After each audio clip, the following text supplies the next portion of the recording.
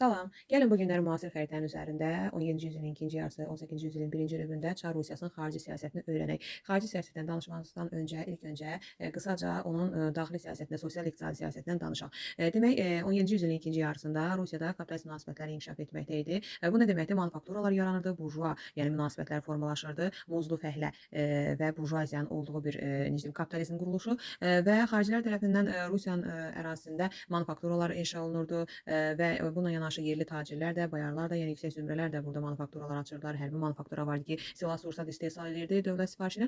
Bu məhsullar daxili tələbatı ödəməklə yanaşı həm də xaricdə ixrac olunurdu və bu dövrdə 17-ci yüzilin ikinci yarısında Rusiyanın daxili və xarici ticarəti genişlənmişdi və tacirlər bu məhsulları Arxangelsk və Həştərxan bir də Asiya ölkələrinin vasitəsilə qərb ölkələrinə aparıb ticarət edirdilər. Arxangelsk, Həştərxan limanları harda yerləşirdi bəs? Burada Arxangelsk və Xəzər dənizinin üst hissəsində isə Həştərxan limanı yerləşirdi. Astraxan yazılıb burada. Astraxan. Və gördüyünüz kimi Rus tacirləri iki liman, yəni Astraxan, Həştərxan, bir də ki Arxangelsk limanları vasitəsilə Avropaya öz məhsullarını aparıb satışını həyata keçirdə bilirlər. Bir də Asiya ölkələri. Çünki bu dövrdə Rusiyanın, Çar Rusiyasının dənizlərə çıxışı yox idi. Ona görə də onlar bu hissəylə ticarət edirlər. Bir də ki, onların dənizlərə çıxışı olmaması Rusiyanın iqtisadiyyatının inkişafına mənfi təsir göstərirdi. Ona görə də 17-ci yüzilin ikinci yarısında Çar Rusiyasının xarici siyasətində hansı istiqamətlər ola bilərdi? Gəlin baxaq. O, Baltik dənizinə çıxış əldə etmək istəyirdi. Qara dənizə çıxış əldə etmək istəyirdi. Ukraynanı tutmaq istəyirdi, Belarusiyanı işğal etmək istəyirdi. Və bu istiqamətlərdə də o əraziləri işğal edəndə çıxışlar əldə etmək üçün bir neçə dövlətlə müharibə aparmalı idi. Aparacağı müharibələr hansı dövlətlər idi bəs? İsveç idi, Reç Pasparita, yəni Polşa və Osmanlı idi. İndi müasir xəritədə Türkiyənin ərazisi kiçik göstərməyinə baxmayın, həmin dövrdə Türkiyənin Avropa, yəni Avropa hissəsində, Afrika hissəsində, Asiya hissəsində, yəni onun çoxlu sayda mülkləri var idi. Geniş bir imperiya idi.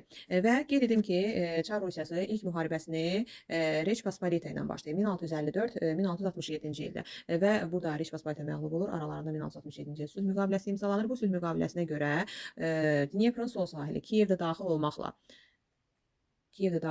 Dneprın sol sahili, yəni sol sahil Ukraynası və Belarusiyanın bir hissəsi Rusiyaya qalır. Bundan sonra 1676-1681-ci illərdə Çar Rusiyasının Osmanlı dövləti ilə müharibəsi baş verir və bu müharibə 1681-ci ildə Bağça Saray sülh müqaviləsi ilə bitir ki, hansı ki Osmanlı burada məğlub olmuşdu və 1667-ci ildə Reç Pasparita ilə imzalanan müqavilənin şərtləri 1681-ci il Bağça Saray sülh müqaviləsi ilə Osmanlı tərəfindən təsdiq olunur və tanınır. Bu da o deməkdir ki, sol sahil Ukraynasının və Belarusiyasının Kiyevdə daxil olmaqla Rusiyada qalmasına razılaşır və bununla da Rusiya bu torpaqları tamamilə möhkəmlənir. Əlavə olaraq da 1683-cü ildə Osmanlı Avstriyanın paytaxtı Viyananın ikinci dəfə mühasirəsini həyata keçirdi. Bundan narahat olurlar Avropa dövlətləri Avstriyanın paytaxtı Viyananı mühasirə etmişdi və Papa vilayətinin təşəbbüsü ilə, yəni Papanın təşəbbüsü ilə Avropada Osmanlıya qarşı, yəni anti-türk koalisiyası yaradılır. Bu koalisiyanın adı da olur Müqəddəs Birlik. Və bu Müqəddəs Birlikdə hansı dövlətlər idilər? Malta, hansı ki bu ərazidə çox adam tapa bilmir Maltanın ərazisi hardadır, görsəm belə də çox. Malta, əlavə olaraq İtaliyanın şimalında yerləşən şəhəri Venesiya, hansı ki bu hissədə idi. Venesiya, bundan başqa Avstriya, bir də ki Reç Pasparita. Bu Papa, indi qeyd edirəm, Papanın təşəbbüsü ilə təbii ki Papa vilayəti var idi. Papa, bundan sonra Venesiya, Avstriya, Reç Pasparita, yəni Polşa və Siciliya adasının altında yerləşən Malta. Demək bu birliyə qoşulurlar və 1600 elə 84-cü ildə bu birlik yaranır, Müqəddəs Birlik. Bu dövrdə Səfəvilərdə hakimiyyət olan Süleyman Şaha da təklif gəlir ki, bu birliyə qoşulsun. Amma Süleyman Şah bildirir ki, biz öz dil və din qardaşlarımızı arxadan vurmayacağıq. Belə rədd cavabı verir.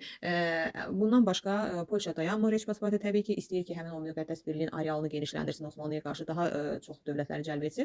Ona görə də Çar Rusiyası ilə fəal siyasət yürüdüb, onunla sülh müqaviləsi bağlayıb, onu da bu ittifaqa daxil etmək istəyirdi və belə olur ki, 1684-cü ildə Reç Pasparita ilə Rusiya arasında sülh müqaviləsi imzalanır. Müqavilənin şərtlərinə görə demək Reçpospolita ilə Rusiya arasında tarixi düşmənçiliyə son qoyulur. Ondan sonra Kiyevin Rusiyanın tərkibində olmasını qəti olaraq Reçpospolita qəbul edir. Əlavə olaraq da Rusiyada xristian dini pravoslav, Polşada isə xristian dini katolik təriqətidir və onlar təbii ki bir-birinə qarşı idilər. 1054-cü ildə xristian dini iki hissəyə parçalanmışdı, pravoslav və katolik olmaqla və bunlar da öz aralarında mübarizə aparırlar ağalıq uğrunda.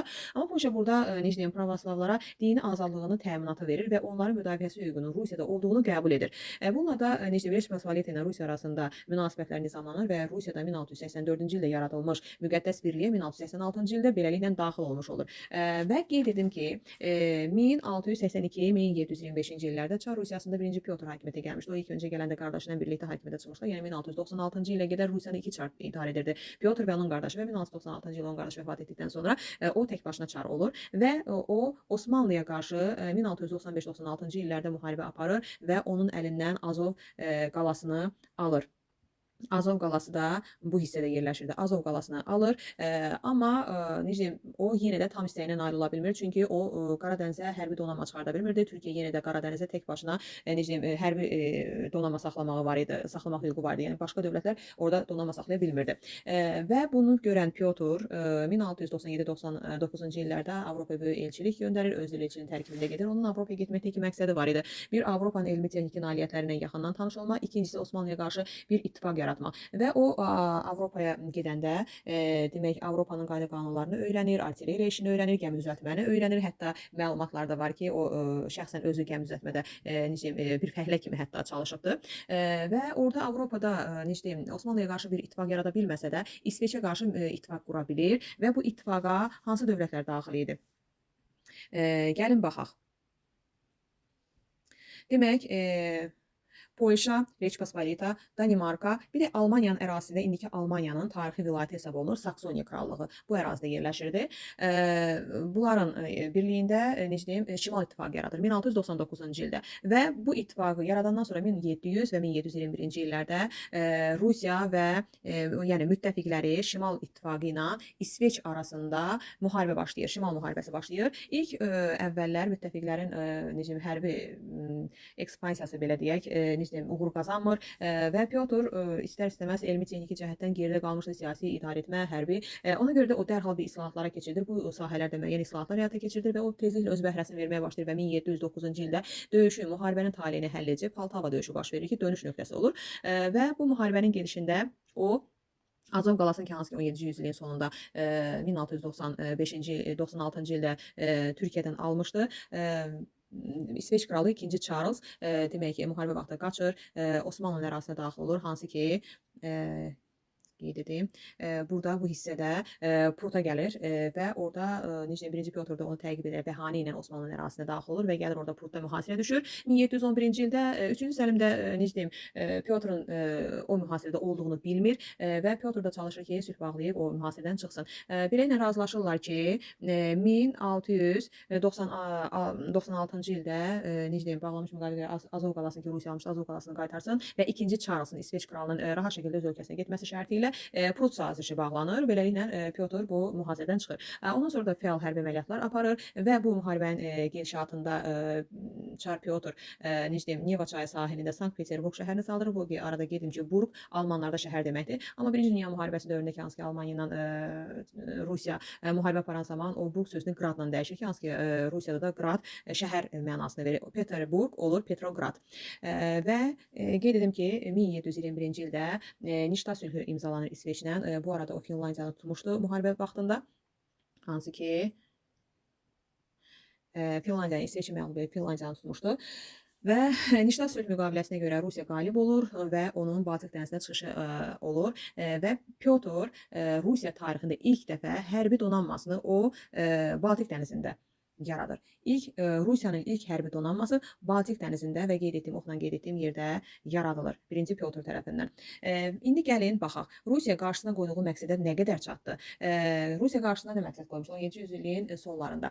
O Demək, Baltik dənizinə çıxış əldə edəcəkdik, Qara dənizə çıxış əldə edəcəkdik, Ukraynanı tam işğal etmək, bir də Belarusiyanı tam işğal edəcəkdik. Amma bunu tam eləyə bildimi? Qara dənizə çıxış əldə edə bilmədi. Bundan başqa Ukraynanı tam şəkildə işğal edə bilmədi. Çünki Ukraynanın sol sahili Ukraynana, Kiyevdə daxil olmaqla sol sahili Ukrayna və Belarusiyanın bir hissəsini əldə etdi. Və o 17-ci yüzilliyin ikinci yarısında istəyindən nail ola bilmədi. 18-ci yüzilliyin birinci rübündə isə o Baltik dənizinə çıxış əldə edə bildi.